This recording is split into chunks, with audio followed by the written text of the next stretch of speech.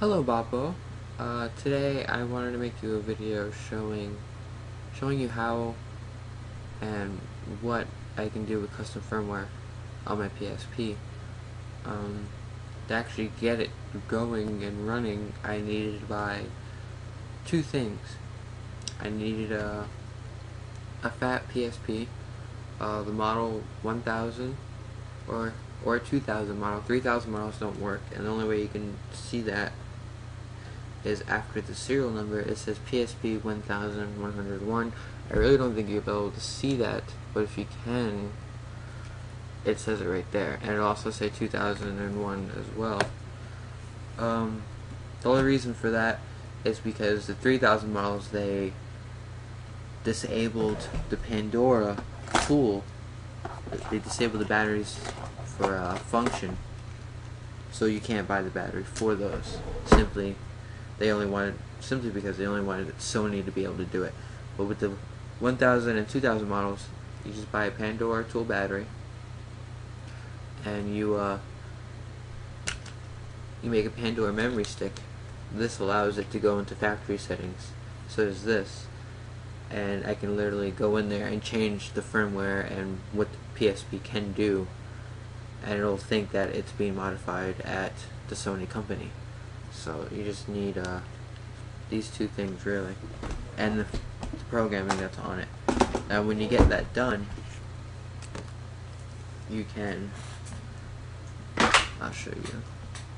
My USB cable plugs right into the computer and charges at the same time. It's pretty nice. I got it at the pawn shop with it for, the whole system was $60, which really isn't bad. Now, to bring this up,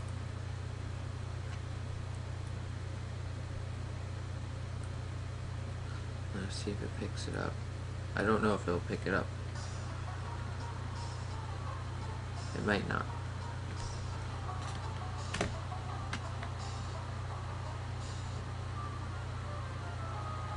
No, it's not gonna pick it up because I'm playing PlayStation 1 games. You can do that. You can play the very first PlayStation 1 games. See, now it'll do it. And you can play PlayStation, well, PSP games. Now, I gotta set it so you can see it without my face being in the way. No, I didn't want to do that. Okay. Now you can see my my XMB bar, that's what they call that, is on the bottom left corner. Now I'll show you what it originally looked like. You can see the sound is different as well.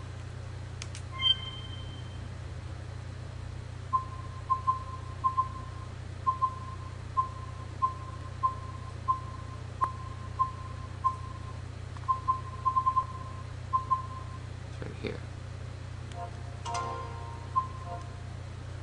this is what it used to look like. I think you got your kids in PSP Go's. I believe those look the exact same. I don't know. I haven't really looked at one. It might have the same crossbar as well. But this is what it originally would look like, if I'm not mistaken. Your camera, your music files, movies, your games, right? Now, it's got custom firmware built into this, and you can still play your UMD discs. I have one right here. There we go. I got Metal Gear Acid 2. I like this game. It's pretty fun. Occupies my time. When you put it in, and it'll load it normally. It won't ruin any functions of the actual hardware. See, and it loaded right up, and it shows it right there. And you can play it, you can run it. Now, to show you my firmware. See, 5.50 Gen D3, and it's actually Gen D3-2 because it's the final version. They finally fixed the glitches. I can play on PlayStation Network Online with other people now. And all of the stuff is still usable. It's video. You can still listen to music, you can do videos as well.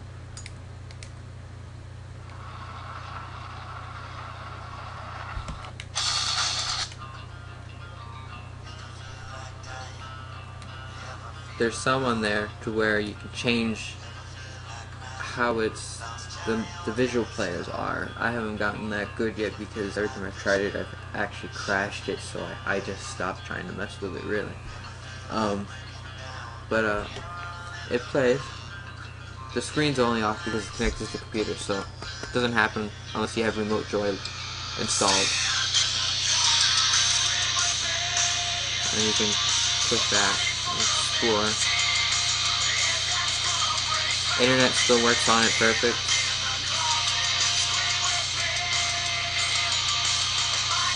Now I'll show you the memory card. It's a 4 gig memory card.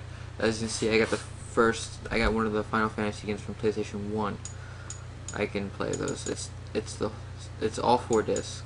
Since back then they didn't know how to put a really big game on one disc. They had to kind of make it 4.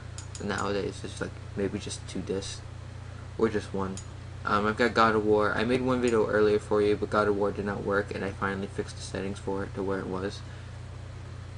All I do is click select, and I pick the M33 driver or Sony, and you only put Sony on when you want to read a disc that's a newer disc, and it'll read it like it's off the memory card as well. But I'll show you. And it reads perfect. It loads it up.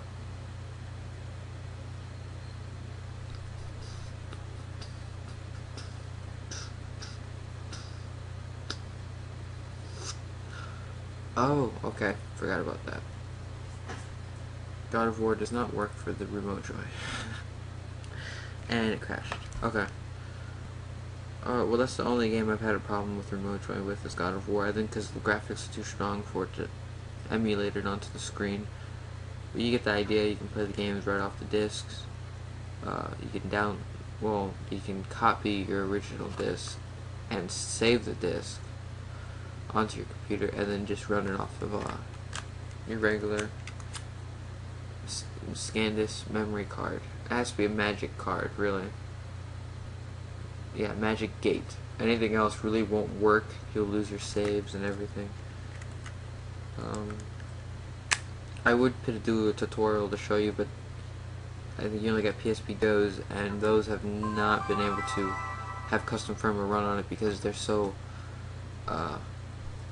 they're so modified proof. They pretty much changed everything in it, so it can't be changed. Not yet. You gotta give it time. Everything's been hackable so far, so you can see you have a bunch of themes, and they all work pretty good. I'm gonna try and upload this video. Last time I tried to upload it, Facebook wouldn't take it because the file was too big, so hopefully this video is a lot shorter and you can see what it does. See, everything's on the left, all organized. You just go to game, memory, and it pops up the game right there. So I hope it kind of showed you what I can do with the PSP. Hopefully you get the idea of it, the gist. If not, I can make another video and maybe post it on YouTube since it holds a little more memory, and I'll give you a link to it so you can see how to exactly really do it if you're interested in just downgrading the kids to another PSP, but I doubt it. PSP Go is pretty nice. So, hope you liked it. Much love to you, to Tess, everybody. Love you. And I'll try and get the girls to make a video, say hi so you can see them, and they can, I don't know, talk to a video camera. I really don't know. So, yeah, hope to hear from you soon. Bye-bye.